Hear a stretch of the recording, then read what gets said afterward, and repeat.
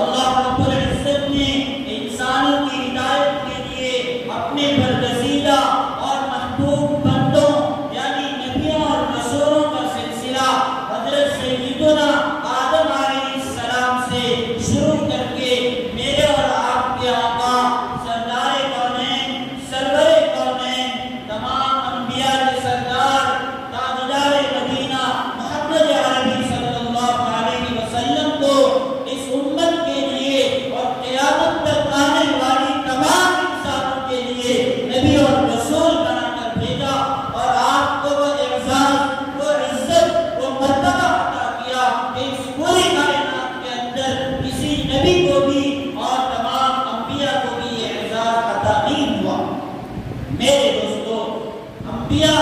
انسانوں کی ہدایت کے لیے آتے تھے۔ اللہ نے سب سے بلند مرتبے والے نبی کو سب سے آخر